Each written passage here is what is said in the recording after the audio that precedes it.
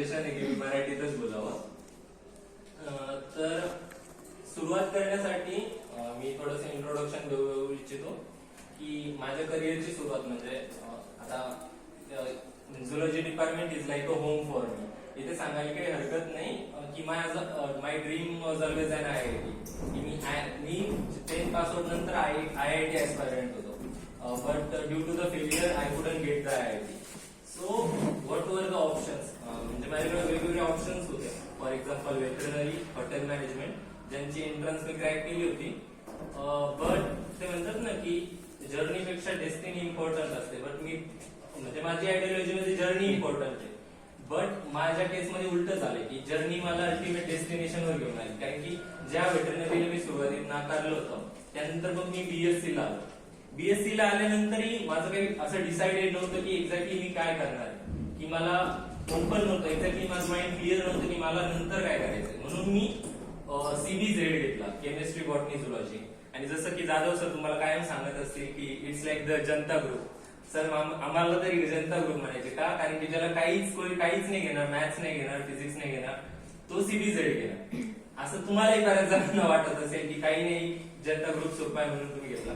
But मी तुम्हाला सांगू इच्छितो की ही एकमेव नाही म्हणता येणार, but one of the most prominent stream आहे. कारण की यानंतर तुम्ही तिन्ही सब्जेक्ट मध्ये PG करू शकता आणि वेल अँड गुड ऑपॉर्च्युनिटीज आहे.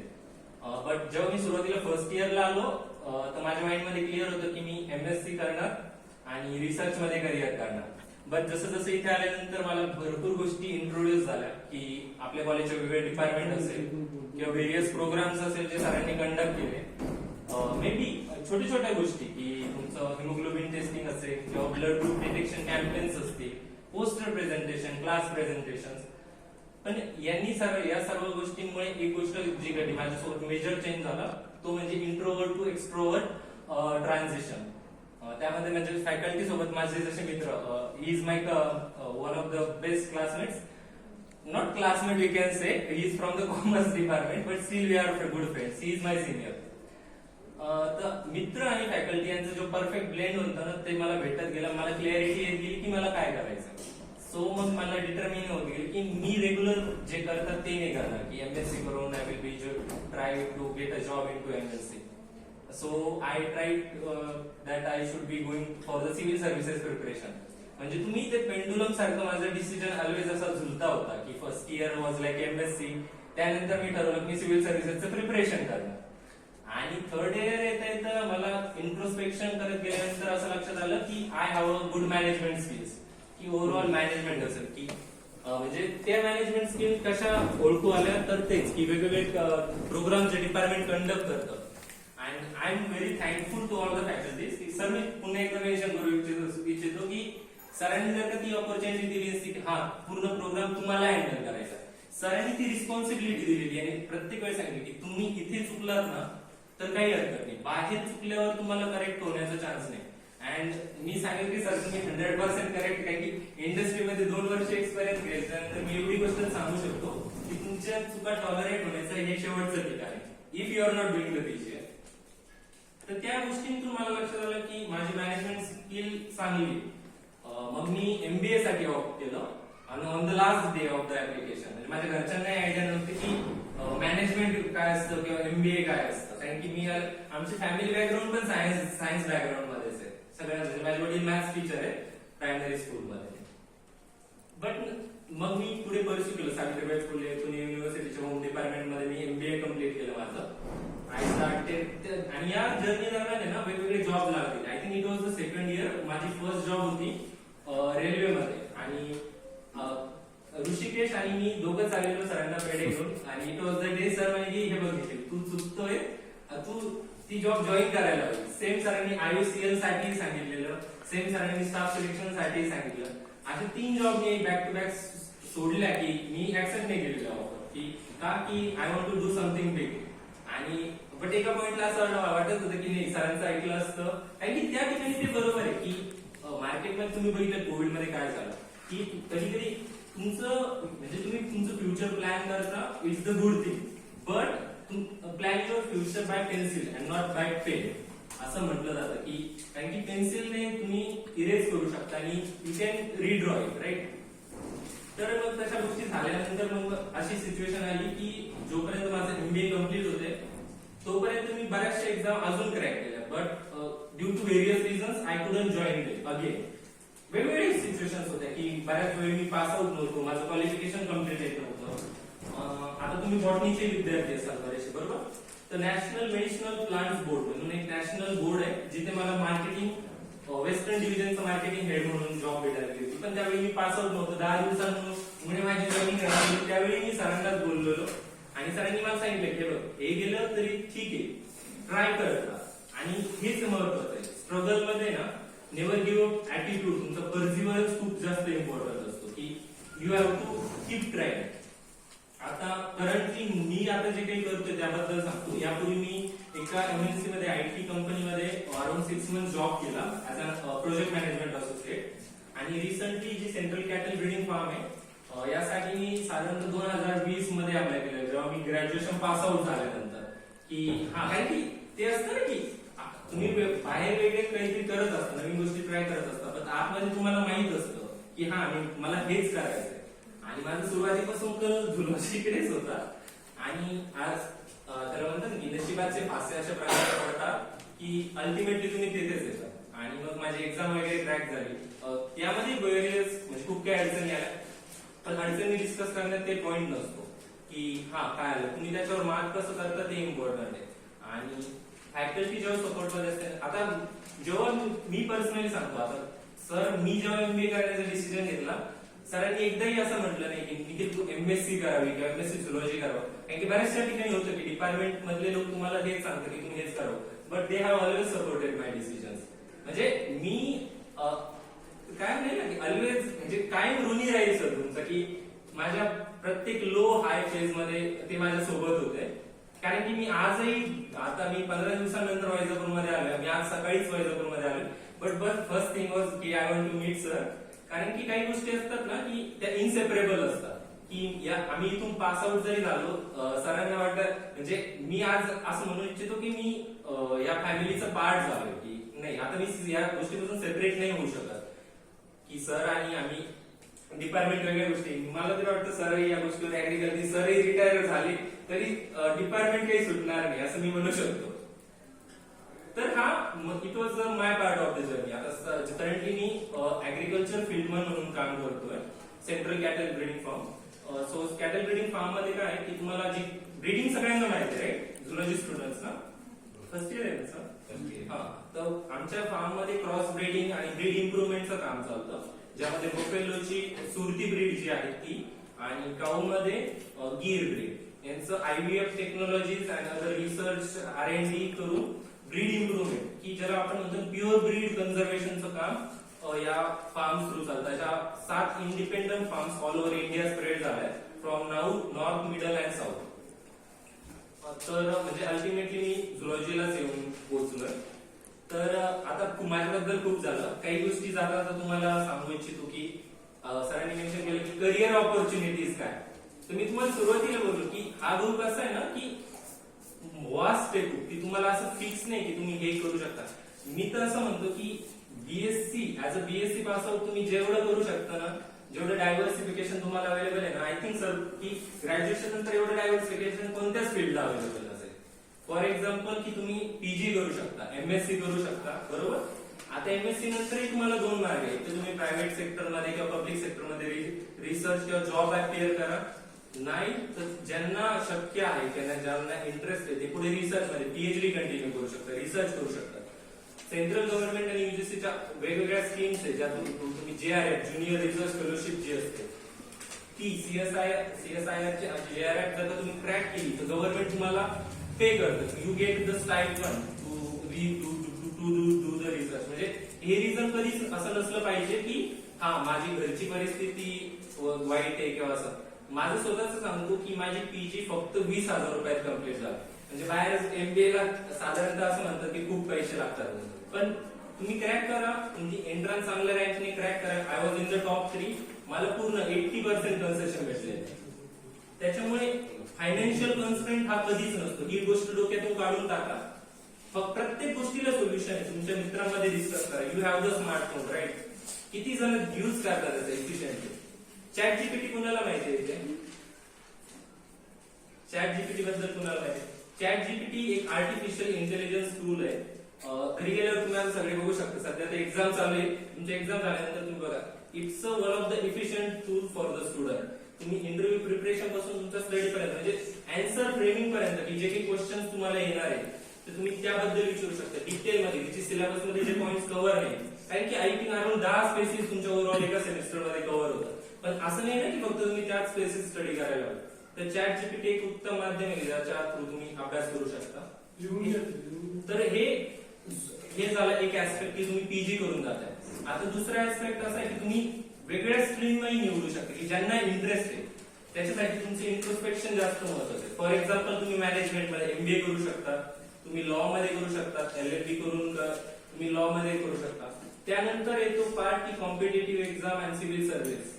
आता सिव्हिल सर्व्हिसेस मध्ये आपल्याला फक्त एमपीएससी ची ग्रुप ए, ग्रुप बी आणि युपीएससी माहिती आहे. पण सेंट्रल गव्हर्नमेंटच्या अशा बऱ्याचशा एक्झाम्स आहेत. स्टाफ सिलेक्शन बद्दलही आताची लोकांना माहिती व्हायला लागल्या की एमटीएस, सीएचएसएल आणि सीजीएल या तीनच एक्झाम मोस्टली जे प्रिपेअर करताय त्यांनाही माहिती. पण माझं ज्या एक्झाम थ्रू सिलेक्शन झालंय ती सिलेक्शन पोस्ट फेज आहे. अशी दरवर्षी एक सिलेक्ट, कारण की यात एक गोष्ट असते की सीजीएल ही कॉमन एक्झाम आहे की तुम्हाला एक सिंगल पोस्ट असते, कॉमन एक्झाम होती की तुम्ही सर्व अप्लाय करू शकता. ही is from commerce background, he also can apply. But selection post खूपच स्पेसिफिक असते. आता मी ज्या पोस्टला जॉईन झालो तिथे फक्त सिंगल पोस्ट होती, म्हणजे all over India single post होती. अराउंड 10,000 ऍप्लिकेशन होते ऑल ओव्हर. एक्झामला अपियर होणाऱ्या स्टुडंटचा काउंट होता 7,000. आता 7,000 इक्वल टू 1. आता तुम्ही म्हणाल की खूप कॉम्पिटिशन आहे, राईट?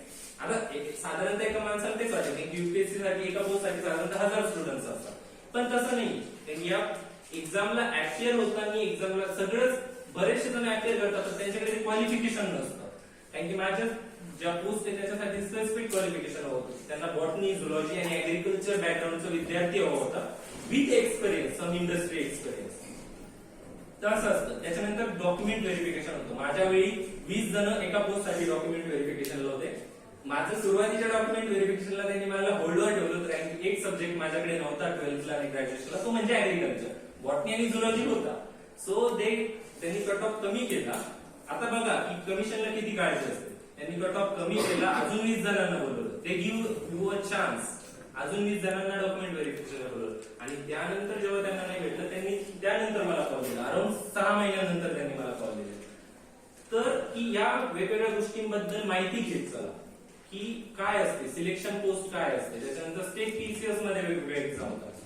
अजून एक एक्झाम होते. आता as a zoology and botany student तुम्हाला माहिती असते 3 सर्वेज होतात इंडियामध्ये, फॉरेस्ट, झुलॉजी अँड बॉटनी. यांच्यासाठी 3 वेगवेगळ्या अथॉरिटीज आहेत. Zoological, for example zoological survey of India, यांचे इंडिपेंडंट आणि स्टाफ सिलेक्शन अशा 2 वेगवेगळ्या बॉडीजच्या वेगवेगळ्या एक्झाम्स होतात ज्या थ्रू तुम्ही हे इन्स्टिट्यूशन जॉईन करू शकता.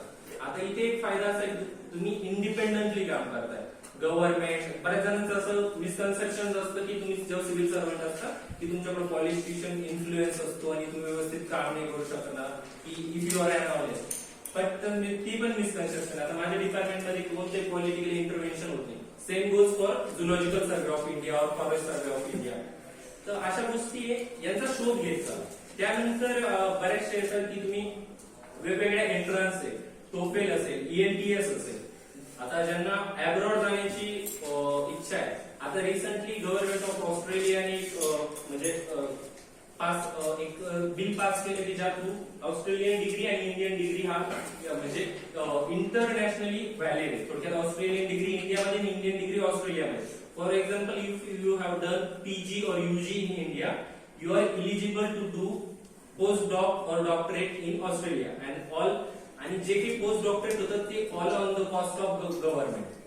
पुणे युनिव्हर्सिटीची एमएससी इंटिग्रेटेड प्रोग्राम आहे सायन्सच्या स्टुडंटसाठी एमएससी, ज्याच्या थ्रू जे टॉपची बॅच म्हणजे फक्त 2च ठिकाणी, एक तर युनिव्हर्सिटी डिपार्टमेंटमध्ये आणि फर्ग्युसन कॉलेजमध्ये. 2 ठिकाणी असा कोर्स 60चा इंटेक आहे अराउंड. त्यातल्या टॉप 7 मुलांना ऑस्ट्रेलियाला गव्हर्नमेंट पूर्ण त्यांच्या खर्चाने पीजी साठी घेऊन जातं आणि डॉक्टरेट साठी त्यांना रिसर्च की थोडक्यात तुम्ही असं म्हणा तिथे गेल्यानंतरही गव्हर्नमेंट तुम्हाला पैसे देते की शिकण्यासाठी. अशा खूप साऱ्या ऑपॉर्च्युनिटीज आहे. हे तर खूप लिमिटेड आहे. सरांनी तर आय थिंक सरांनी आमच्या स्पेशल सेशन घेतलेला पीपीटी प्रेझेंटेशन की what you can do various exams, jam असेल, गेट असेल. मी स्वतः गेट ट्राय केली आणि असं कुणीच असं काही कुठे लिहिलेलं नाही की हा मला या क्षेत्रात जायचं नाही. कारण की जोपर्यंत तुम्ही गोष्टी ट्राय नाही करणार ना तुम्हाला कळणार नाही की मला इथे जायचंय की नाही जायचं. मी गेट ट्राय केल्यानंतर मला लक्षात आलं की ठीक आहे हा माझा इंटरेस्ट एरिया नाही, मला नाही जायचं. मी वेगवेगळे डिपार्टमेंट ट्राय केले, नाही जायचं. मग आता तुम्हाला लक्षात येईल जर का तुम्ही फक्त एकाच ठिकाणी लेक्चर कराल, पेपर लिहाल, पास होणार. कारण की हे बघा सेमिस्टर पास होणं नॉट अ बिग डील. कारण की तुमची चांगल्या आन्सरचं प्रेझेंटेशन केलं, चांगली डायग्राम काढली तर पास होणं 20 मार्कांना खूप मोठी गोष्ट नाही, राईट. पण त्यासोबत तुम्ही एक्स्ट्रा काय एफर्ट्स देताय. कारण की तुम्ही प्रायव्हेट जॉब मध्ये जरी गेला ना आता पहिल्यासारखं नाही राहिलं. हा तुम्ही ग्रॅज्युएट आहे, चांगले झुलॉजीला चांगले 80% आहे ओव्हरऑल, ऍग्रिगेटही चांगलं आहे तर तुम्हाला जॉब भेटेल. तुमचे इंटरपर्सनल स्किल्स, तुमचं कम्युनिकेशन स्किल्स, तुमचं ओव्हरऑल ऍबिलिटी काय, तुमचं ऍप्टिट्यूड काय हे टेस्ट केलं जातं आणि या गोष्टी पार्टिसिपेशन होतात. त्याच्यामुळे एक पर्सनली रिक्वेस्ट करू शकतो, सांगतो प्रत्येकाला की जे काही ऍक्टिव्हिटीज डिपार्टमेंट कंडक्ट करतं प्लीज पार्टिसिपेट हो, क्लासमध्ये पार्टिसिपेट हो. जे नाही कळत आहे ना तर ते विचारा. कारण की बऱ्याचशा छोट्या छोट्या गोष्टी खूप मॅटर करतात. फॉर एक्झाम्पल एखादी डायग्राम जर समजून सांगताय, सर विचारतात समजलं का, नाही समजलं तर मी पुन्हा सांगेन. पण तुम्ही म्हणतात हो नाही काहीच बोलत नाही, सर पण म्हणतात हा म्हणजे तुमचा हो आहे. आता सरांनाही माहिती की अर्ध्या लोकांना लक्षात नाही येते, पण त्यांचाही नाही येत. जोपर्यंत तुमचा रिस्पॉन्स नसेल ते रिस्पॉन्ड नाही करणार. कारण की एक सांगतो की ही शेवटची स्टेज आहे की इथे तुम्हाला चुकायला, शिकायला एक शेवटची स्टेज म्हणू शकतो. यानंतर चुका कराल ना, फॉर एक्झाम्पल आता जे झुलॉजिकल किंवा फॉर एक्झाम्पल झुलॉजिकल रिसर्च कंपनीमध्ये तुम्ही प्रायव्हेट फॉर्म मध्ये गेला आणि तिथे तुम्ही क्यूसी मध्ये डिपार्टमेंट मध्ये एक मायनरशी चूक तुमची जॉब आहे ना तुम्हाला जॉब सोडावी लागू शकते आणि ते directly fire you, no notice period and nothing. त्याच्यामुळे चुका इथे करा, हे शिकण्याचा प्लॅटफॉर्म आहे. पार्टिसिपेट करा, वेगवेगळे प्रेझेंटेशन द्या. मला अजूनही आठवत सर जेव्हा तुम्ही सांगायचं शेवटचं चॅप्टर आता मी नाही शिकवणार, सर सांगायचे प्रत्येक पॉइंट एक जण सिलेक्ट घ्या तुम्ही शिकवणार. त्यातून जे प्रेझेंटेशन स्किल, जो कॉन्फिडन्स आलाय ना, आजही मी फक्त सरांना भेटायला आलेलो होतो. हे इंटरॅक्शनचंही काही हे नव्हतं की मी फक्त सरांना भेटायला होतो, पण सर म्हणजे तू बोल. आणि आता मी काही ठरवून थोडी आलेलो होतो स्पीच करून हा मला हे बोलायचं. पण हा जो कॉन्फिडन्स येतो, हे जे येतं ना ते हे एका दिवसात नाही होत. मलाही मान्य की चेंज एका दिवसात नाही होत, बट स्टेप बाय स्टेप तुम्ही याकडे वळा, स्वतःला चेंज करण्याचा प्रयत्न. छोटे छोटे गोल सेट करा. कारण की एकदम मोठा गोल सेट केला ना तर ते न्यू इयर रिझोल्युशन सारखं होतं की 7 जानेवारी पर्यंत सोमवार आला की बस सगळं बंद. तर तसं नको व्हायला. छोटे छोटे टार्गेट स्वतःसाठी सेट करा की अभ्यासात आज मी हे करणार आहे, एक्स्ट्रा करिक्युलर मध्ये मी हे करणार आहे. बऱ्याचशा गोष्टी असतात. आता तुमच्यापैकी कोण एनएसएस मध्ये पार्टिसिपेट करतो? कोणी केलेलं आहे का? अच्छा, फक्त एक स्टुडंट आहे. आता तुम्हाला एक सांगतो, बाहेरही एक खूप मोठं आहे की फक्त सायन्सचे विद्यार्थी एनएसएस मध्ये नसतात किंवा सायन्सच्या विद्यार्थ्यांसाठी नाही. पण सर पण त्याला विटनेस आहे की मी एनएसएस नाही केले, मी टीसीएस ट्रेनिंग केली. सरांच्या विरोधात जाऊ मी सॉरी सर, कारण सरांनी मला सांगायचे की ही जॉब तुझ्यासाठी नाही आणि ते मला मान्य. मी आता माझं टीसीएस मध्ये सिलेक्शन झालं होतं पण मी नाही गेलो. मी फक्त तिथे पण जे शिकायला भेटलं ना तिथे प्रत्येक ठिकाणी बऱ्याचदा आम्ही 6 वाजेपर्यंत लॅब मध्ये, इथे जी लॅब आहे किंवा बायोटेक्नॉलॉजीचे लॅब आहे तिथे आम्ही एक्सपेरिमेंट करायचो जेव्हा कराटे सर वगैरे होते. कारण की असं नाही ज्यावेळी तुम्ही कॉलेजला येतात ना तुमचा मोबाईल किंवा घरी काय चालू किंवा काय प्रॉब्लेम आहे तुम्ही हे विसरून गेला पाहिजे. जेव्हा 9 ते 6च्या दरम्यान तुम्ही फक्त तुमच्या डोक्यात हेच विचार हवे की आज मी नवीन काय करू. कारण की झोपण्याच्या आधी जर तुमच्या डोक्यात हा विचार नसेल ना की आज मी नवीन काहीतरी शिकलो तर ते स्टॉप झालं जाते. कारण की तुम्हाला माहिती आहे ना ईसीजी मधली जी स्ट्रेट लाईन असते त्याचा मिनिंग काय असतो, राईट. सो दररोज हसल करा. Hustle is a word, proper word for that. की दररोज नवीन काहीतरी शिकण्याची जिद्द ठेवा आणि सक्सेस आहे हे बघा, आज नाही उद्या नाही, नॉट इमिडिएटली बट डेफिनेटली, बरोबर. आणि अजून एक गोष्ट शेवटी जाता सांगतो की आपण वैजापूर मधून आहोत किंवा मी एखाद्या खेड्यातून येते हा न्यूनगंड ठेवू नका. एक छोटासा म्हणजे 2 शब्द सांगतो की काटा छोटा हो तब भी चुकता है. त्याच्यामुळे स्वतःवर विश्वास ठेवा की आपण करू शकतो आणि मोठ्या लेवलवर. आपल्याकडे म्हणतात का पुणे युनिव्हर्सिटी खूप काही मोठ्या, बट पुणे युनिव्हर्सिटीमध्ये पण मी पीजीला टॉपर होतो. काहीच नसतं, मोठ्या मोठ्या कॉलेजेस मधून आलेले मुलं असतात. Just you have to be your self confidence. ठीक आहे. आणि काही क्वेश्चन असेल तर सर गाईड करायला आहे, सर कायम इथे तुमच्यासाठी अवेलेबल आहे. तुम्ही कधी काही मदत मागितली सर नाही म्हणणार नाही असं माझ्या समोर तरी कधी झालेलं नाही. तुम्ही इंटरेस्ट दाखवला तर ते इंटरेस्ट येतील, एक गोष्ट मात्र करा. कारण की आता तुम्ही मॅच्युअर झाला. बरोबर, ठीक आहे, चालेल, थँक्यू. मी पुन्हा एकदा संधी भेटली, कारण की साधारणतः 2 ते 3 वर्ष झाले की क्लास अटेंड केला नाही. जे साधारण 3 वर्ष झाले की क्लासरूम मध्ये नाही. आज पुन्हा एकदा असं वाटलं की तेच सरांच्या लेक्चरला बसलोय आणि ही ऑपॉर्च्युनिटी, कारण की तिथून इथपर्यंतचा जो प्रवास आहे ना तो खूप वेगळा होता, त्यात खूप चढ उतार होते, पण सरांमुळे ते शक्य झालं. सो पुन्हा एकदा सरांचा मी आभारी राहील आणि ऋणी राहील. अँड थँक्यू, तुम्ही शांततेत ऐकून घेतलं मला. थँक्यू.